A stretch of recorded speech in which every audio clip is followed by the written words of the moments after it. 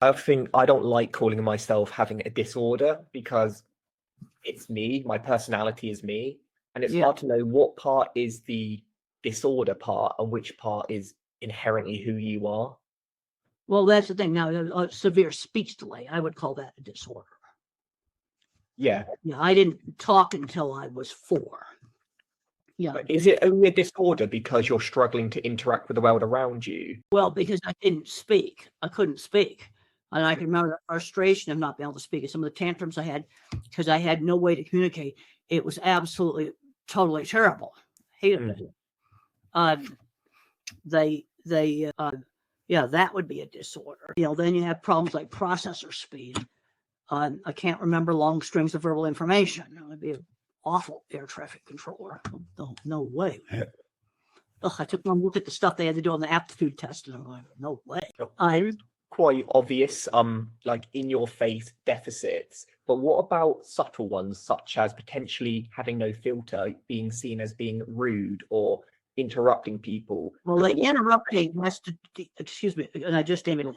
Great. Interrupting is due to slow processing.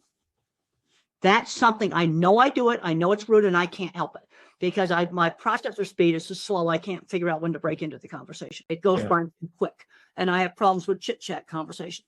A lot of problems needing a pilot's checklist. That goes back to slow processing speed. Problems with chit chat stuff. Problems with a multitasking job at a takeout window. Those all go back to problems with processing speed. And yeah, that can be considered a deficit. But then I just don't do those kind of jobs. Doesn't affect design work.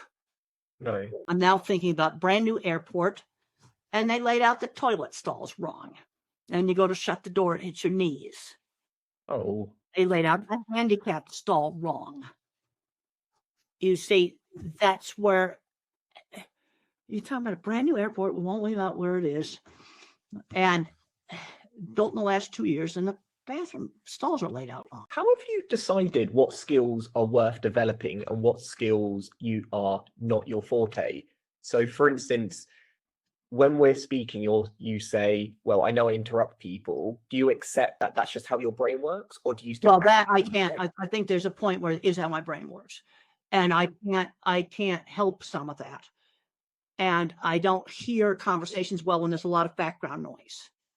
There's nothing I can do about that. How have you determined that when there is something that is beyond your control and there are things that you can still push forward and hopefully improve upon?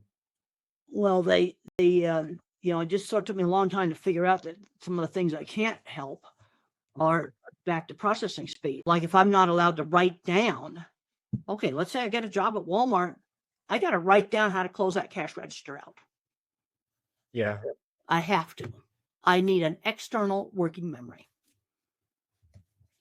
Yeah, but on the other hand, I have lots of long-term memory. So if I'm going to do something like lay out an airport, I'm going to be good at that. And now I'm seeing San Diego. I just went to San Diego airport. Man, the planes just about land on the warehouses and the apartment buildings. Oh, I like to see you break down what the key skills are. Well, and I realized why they did that. They're short on land.